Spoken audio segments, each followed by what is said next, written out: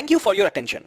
This is Utkarsh and I want to present before you a COVID-19 quarantined subject tracking device that my team has prepared and the motivation and story behind doing so. This is a video of the working model and I urge you to watch till the end and not leave in between. We as a group think everyone should contribute in these tough times and we have done to the best of our capacity. Let's look at the use case where we recorded this video on Sunday, April 12th, 2020 around 10:45 p.m. Indian Standard Time. On your screen is an admin dashboard that currently shows 4 quarantined subjects with their details. This dashboard will be made available to the governing body which will be tracking the subjects, for example, a government agency. Assume that the person on the right of your screen is the one who has been asked to stay home. Please note one thing, that this person is not a patient and has nothing to do with COVID-19. The wearable device he chooses is the leg band or the leg gadget or whatever you may want to call it. 10:44 p.m. is the time when we started recording. Now this video will demonstrate the use case of escaping from the defined quarantine period and tampering the device which is tagged to this person here. So here he decides to take a walk outside. On the left of your screen is the application that will be installed on the mobile of the person and paired with the wearable device.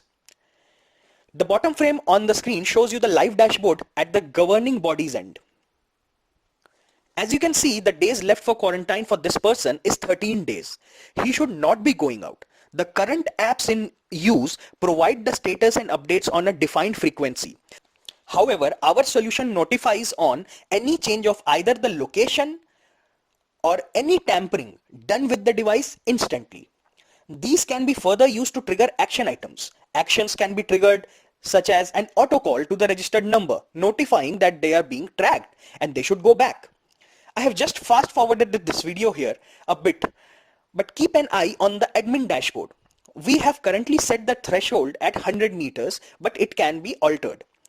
So as soon as the person goes beyond the range of 100 meters, the distance font here on the dashboard changes to red and the status on the app also changes to red. This can be integrated with a call to action, be it an auto call, auto SMS or an action to be notified to the local agency body. Further, we can see that the person here tries to open the band he has been using and tries to cut it with a pair of scissors. This again notifies the monitoring agencies about status changed to tampered. The call to actions can be defined for all these events.